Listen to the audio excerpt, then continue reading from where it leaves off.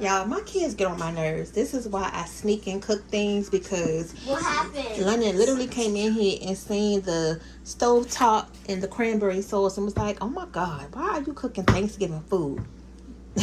Now you see why I don't say nothing, right? Some meals you just have to do it and just wish for the best. So today we're going to make these stuffing breaded pork chops. That's right. So instead of making like a fried pork chop with the flour, we're going to go ahead and bread it with the stuffing mix, y'all.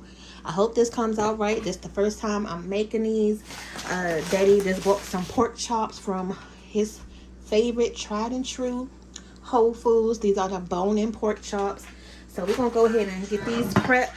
You know, try these dang on breaded pork chops.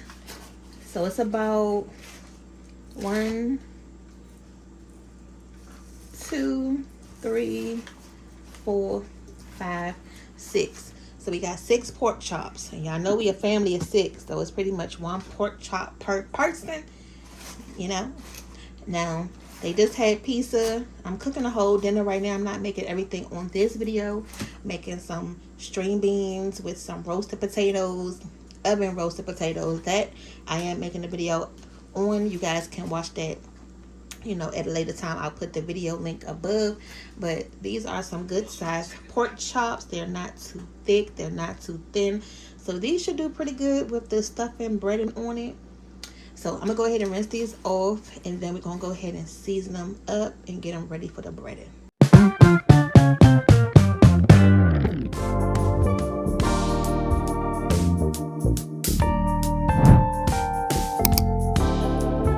I'm not going to do too much. Just going to pretty much keep it simple because we still going to get a lot of the flavor from the stuffing mix. So I'm just going to go ahead and season both sides with some of this meat rub right here.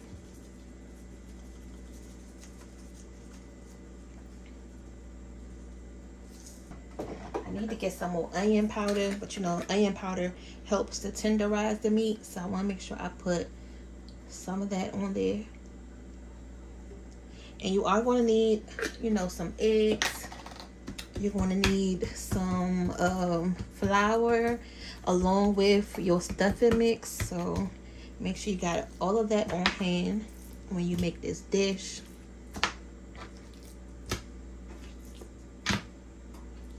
Okay, so we're going to do the same thing on this side. Gonna go ahead and use the meat rub and the onion powder. And we also have some gravy to go with this as well. I bought some pork gravy, so that's gonna go on top. You know, you can't have your dressing, your stuffing without that daggone gravy. And this is no exception, you guys. Like, what? That is a sin if we don't have no daggone gravy to go with this. I don't know what y'all talk about. If you don't, it ain't no conversation. It's no debate. All right, so we're gonna go ahead and just leave those there while our pork chops are just sitting over here, you know, marinating. We're gonna go ahead and pull out our food processor, and we're gonna go ahead and crush some of the breading up for our pork chops. And these are going to go in the oven. So these are going to be some oven baked pork chops. You guys, you know we love our fried pork chops, so just think about it like that.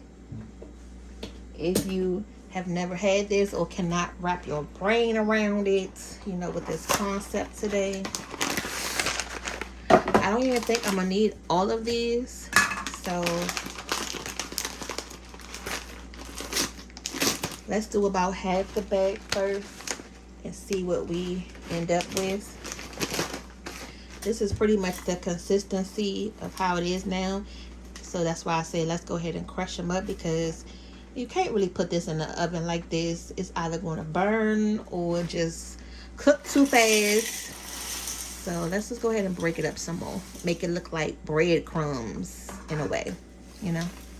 Now this already has seasonings and herbs in it and its own little, you know, mix. As you can see right there. For Thanksgiving, I normally don't buy this one. I normally buy the bag one, mix it up with some cornbread to make our cornbread dressing. Look at the link up here. This is one of our popular stuffing videos, you know, our cornbread stuffing. So take a look at that. You know, for the holiday time, if you do need a good dressing video, dressing, stuffing, y'all know what I mean. Okay, so we're just gonna pulverize this for a second.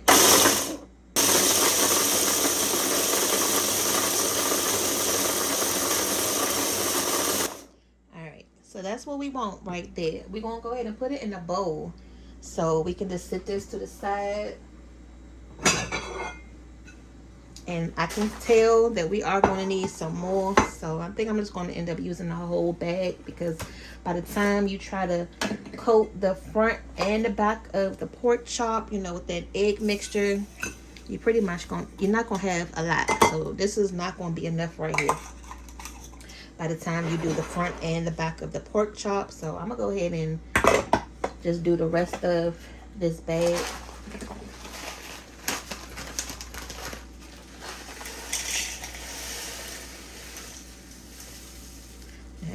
If this is not enough, we're going to make it enough. And you can kind of see like the herbs that's in there now, how it looks. All of the goodies was at the bottom of the bag, but those are the seasonings that comes in the stuffing mix already. You know, if you were just cooking this on the stove, you pretty much would just add your chicken broth. I wouldn't add just water like you say. It's not going to be enough flavor, but at least just add some chicken broth, you know, something, some turkey broth or something to give it some good flavor now. All right, y'all. So we're going to use 2 eggs. And this is going to be the binder to get the breadcrumbs to stick, the stuffing mix to stick, and for the flour. All right. So we're going to get 2 plates together. One is going to be for the flour. I got to get some more. This is another good way to keep inventory of what you are running low on in your pantry, is to get a container and put it in. The more you use it, the more you run out of it. So then you can see when you don't have any. So this is an indication that I need to get some more the next time I go to the store, because when you can't see it in the actual bag, you're not really going to be able to tell how much you have left. And then it's those days where you need the flour for your recipe, and then you're like, oh my God, I didn't even have enough of this. I didn't even realize it. But if you can put it in something where you can see, you won't know. We have plenty of self-rising flour, but I still need some just a regular all-purpose for things like this. And then I'm gonna go ahead and whip up 2 eggs. So take a look at this right here. I actually forgot about, you know, the concept with these plates. When we first did the video, I was telling you that you can stack them. So take a look at this. I just needed some extra space on the counter just now. And when you are breading, this would be a good thing to use. You could just put your plate right on top of the flour, and then boom, you just move it to the side, and that's it. All you have to do is just take your plate just like that, and then that's it. Now I have another one. We have plenty more up in the cabinet, so we can definitely have put those breadcrumbs up there on another plate, and then all of this can be in one little container. You know, we want to get the egg on it, so I'm going to just drop it in there real quick. And then we're going to get the flour. Then you got to put the egg on there first so the flour can stick. Okay. And then we're going to go back in the egg. You're going to double dip. And then finally, you're going to go in to the stuffing.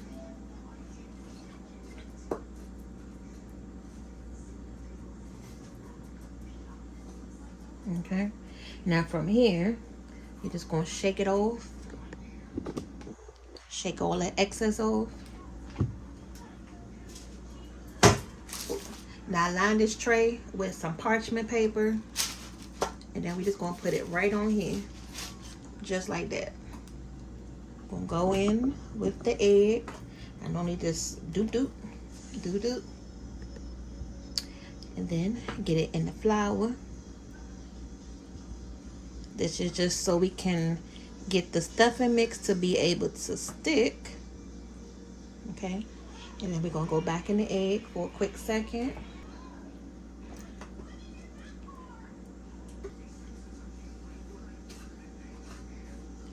Real simple, right? This was actually a cool idea.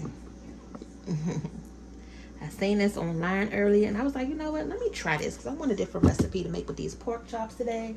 And this was like one of the first things I had seen.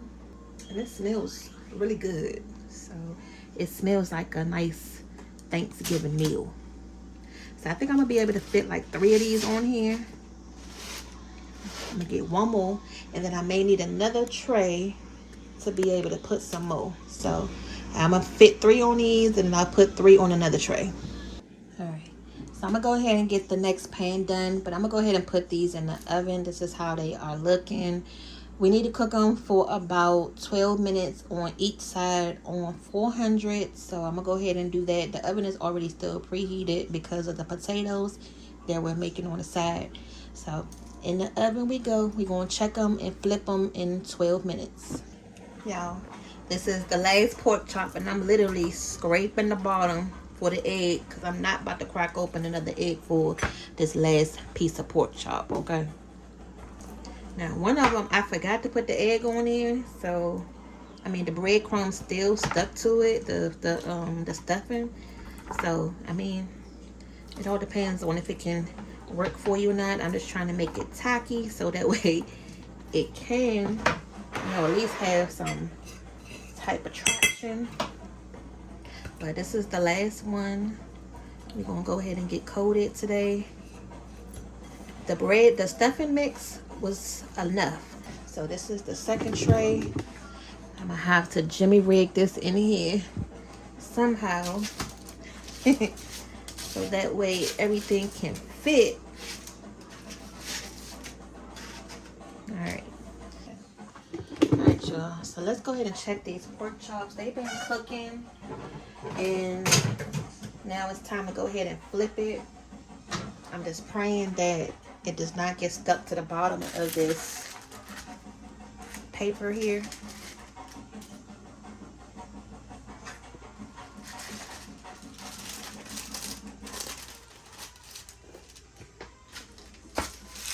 Okay. Okay, y'all. We got a little cute flip. I was worried about that. I was like, oh my God, please don't get stuck. The breading. Alright, so this one is sticking a little bit. But once I flip it, I just patted it right back down. Like, get your butt back on that paper. I mean, get your butt back on that pork chop. Okay, so this one did what it was supposed to do. Okay, you guys. So far, so good. Alright, so we're going to put these back in the oven and let them continue to cook. I hope they like these because if they do, then guess what? We're going to be making them more often. Alright, so this pan is getting on my nerves more than the other one. This one didn't act right, but it's okay. We're still going to fix them. So this is the first tray, you guys. I'm going to go ahead and cut into it and see if it's done or not yet. It's been cooking for about 24 minutes.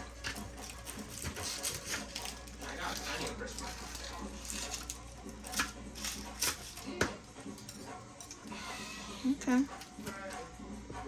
So it is done all the way.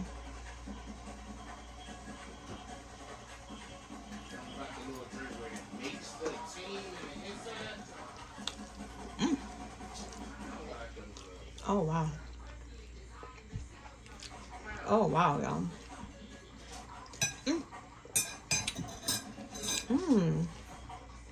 That is delicious. Okay. Oh, y'all. And did y'all see that juice? Let me show you again. Wow. It's still nice and juicy on the inside.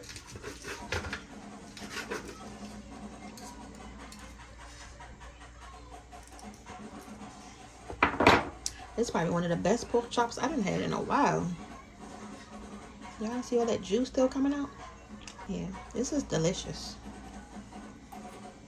Okay. I'm gonna put it on broil just for a second, just to get the top crispy. And that's it. These are good, y'all. Now I see why people like them. Alright, fam. So I'm going to go ahead and take these pork chops out because they are delicious. And I don't want to dry them out. They are hot. Okay. So if you get a chance, go ahead and try this recipe. It is really good. I think the next time though, I'm not going to put the wax paper under it. I just didn't want it to stick to the paper, and I was going to be scared if I tried to turn it over and it was going to get stuck. But these were so good, y'all. I just showed you how juicy they were on the inside. So they cook for about 25 minutes altogether, about 25-30 minutes, 12 minutes on each side. So I would say eat these with some mashed potatoes because you're already pretty much eating the dressing, you know, the stuffing right now. And then I have the gravy that's going to go right here on top. So I'm just going to go ahead and fix y'all the whole plate. I'm going to show you at the end of this video how everything looks put together of the dinner with these pork chops. But yeah, you guys, go ahead and comment down below if you're going to try them. I'll give these a 10 out of 10.